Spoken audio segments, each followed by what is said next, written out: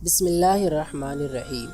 تمام دیکھنے اور سننے والوں کو السلام علیکم۔ دوستوں، میں ہوں بلال احمد اور آپ دیکھ رہے ہیں voice of Bilal YouTube channel.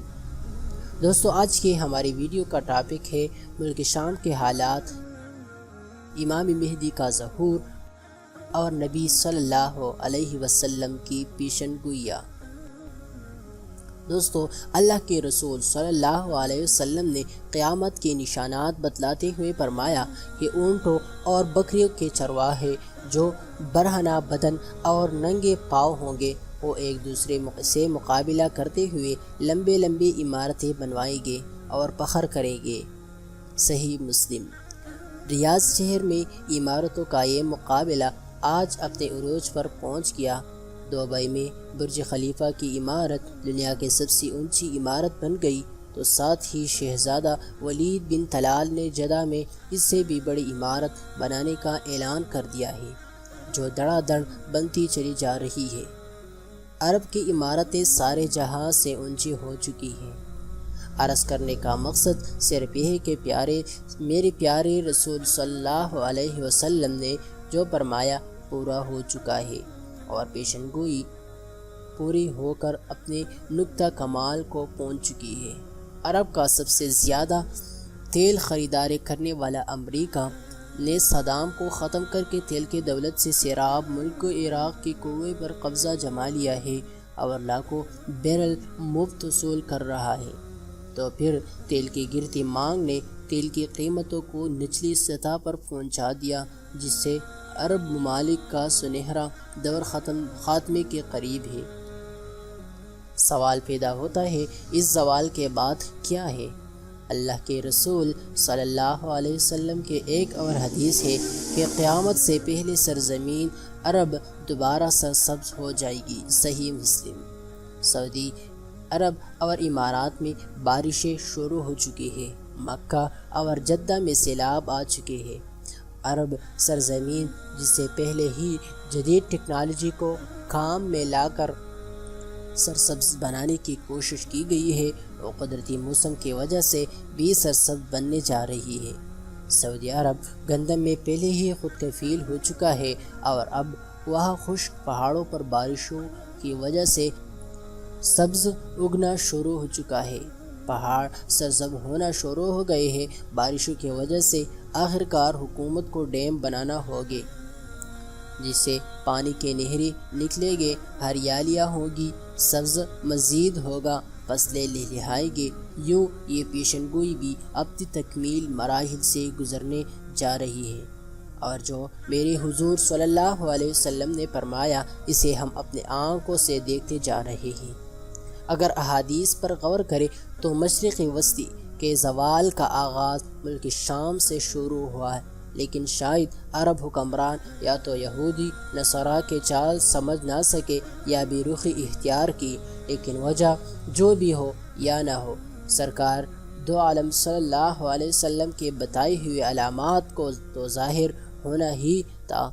حدیث کے مطابق، چنانچہ حدیث پاک میں ارشاد ہے، یہ رسول اللہ صلی اللہ علیہ وسلم نے فرمایا، جب اہل شام تباہی و بربادی کا شکار ہو جائے تو پھر تم میں کوئی خیر باقی نہیں رہے گی۔ میرے محترم و مکرم قارئین کرام، یاد رکھیں، احادیث مبارکہ کے روز سے شام، اہل شام سے امت مسلمہ کا مستقبل وابستہ ہے۔ اگر ملک شام ایسے ہی برباد ہوتا رہا تو پوری امت مسلمہ کی بھی خیر نہیں ہے۔ ویسے تو 90% برباد ہو چکا۔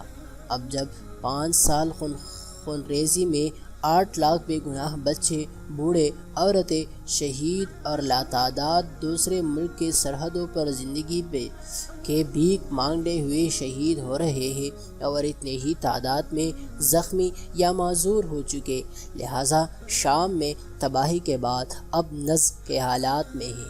اس حدیث کے حساب سے عرب ممالک سنہرے دور کے خاتمے کی اہم وجہ ملک شام کے موجودہ حالات ہے، وہ یا نبی صلی اللہ علیہ وسلم کے ایک اور پیشنگوئی کی علامت ظاہر ہو رہی ہے یا ہو چکی ہے۔ یاد رکھیے، اگر شام اگر ملک شام کے متعلق اسرائیل، روس، ایران اور امریکہ جو بھی جھوٹے بہانے بنائے، لیکن ان سب کا اصل ہدف جزیرۃ العرب ہے، کیونکہ کفار کا عقیدہ ہے کہ دجال مسیح ہے۔ اس وجہ سے یہ لوگ دجال کے انتظامات مکمل کر رہے ہیں، جس کے لیے عرب ممالک میں عدم استحکام پیدا کرنا ہے، کیونکہ ملک شام پر یہودی نصارہ قبضہ کرنا چاہتے ہیں، اور یہ ہو کر رہے گا حضرت امام مہدی علیہ السلام کے ظہور سے قبل۔ آخری زمانے میں جب مسلمان ہر طرف سے مغلوب ہو جائیں گے، مسلسل جنگیں ہوگی، شام میں بھی عیسائیوں کی حکومت قائم ہو جائے گی۔ علماء کرام سے سنا کہ سعودی عرب، مصر، ترکی بھی باقی نہیں رہے گا، ہر جگہ کفار کے مظالم بڑھ جائے گے، امت آپس خانہ جنگی کا شکار رہے گی۔ عرب یعنی خلیج ممالک، سعودی عرب وغیرہ میں بھی مسلمان کے باقاعدہ پرشوکت حکومت نہیں رہے گی۔ خیبر سعودی عرب کا چھوٹا شہر مدینہ المنورہ سے 170 کم فاصلے پر ہے، کے قریب تک یہود نصارہ پہنچ جائے گے اور اس جگہ تک ان کی حکومت قائم ہو جائے گی۔ بچے کچے مسلمان مدینہ المنورہ پہنچ جائیں گے۔ اس وقت حضرت امام مہدی علیہ السلام مدینہ منورہ میں ہوگے۔ دوسری طرف دریائے تبریہ بھی تیزی سے خشک ہو رہا ہے، جو کہ مہدی علیہ السلام کے ظہور سے قبل خشک ہوگا۔ اس لیے جب مشرق وسط کے حالات کو، خصوصاً مسلمانوں اور ساری دنیا کے حالات کو دیکھتے ہیں تو صاف نظر آتا ہے کہ دنیا ہولناکیوں کے جانب بڑھ رہی ہے۔ فرانس میں حملوں کے بعد فرانس اور یورپ بھی عالمی جنگ کی بات کر چکے ہیں۔ سوال پیدا ہوتے ہیں کہ اس عالمی جنگ کا مرکز کون سا خطہ ہوگا؟ واضح نظر آ رہا ہے مشرق وسط ہی متوقع ہے۔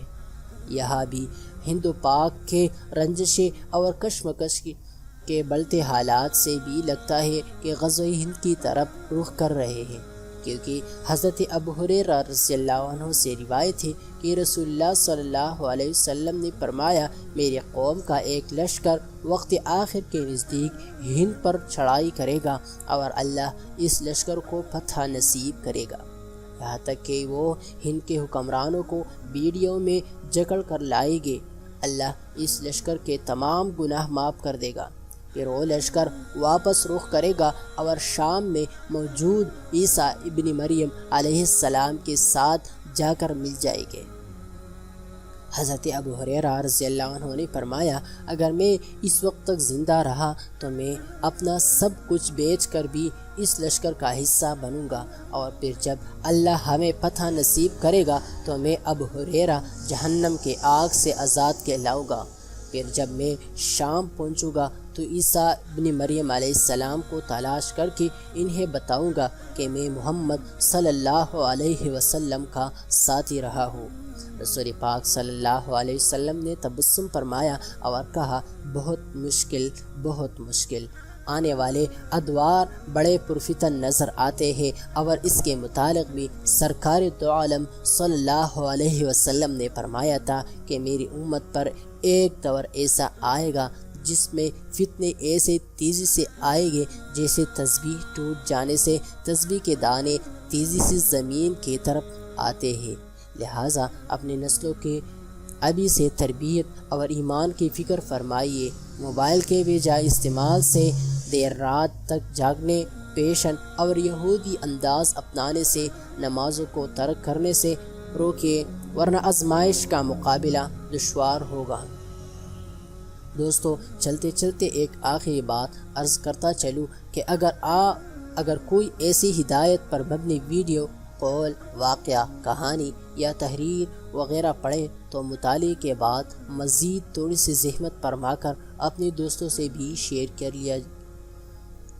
کر لیا کریں۔ یقین کیجیے اس میں آپ کا بمشکل ایک لمحہ صرف ہوگا، لیکن ہو سکتا ہے اس ایک لمحے کی اٹھائی ہوئی تکلیف سے آپ کے شیئر کو کردہ ویڈیو لوگوں کے لیے سبق آموز ثابت ہو اور امت کے غفلت سے بیدار کر دے۔ سب مسلمان مل کر امت مسلمہ کی خیر خواہی کے لیے دعا کیا کرے۔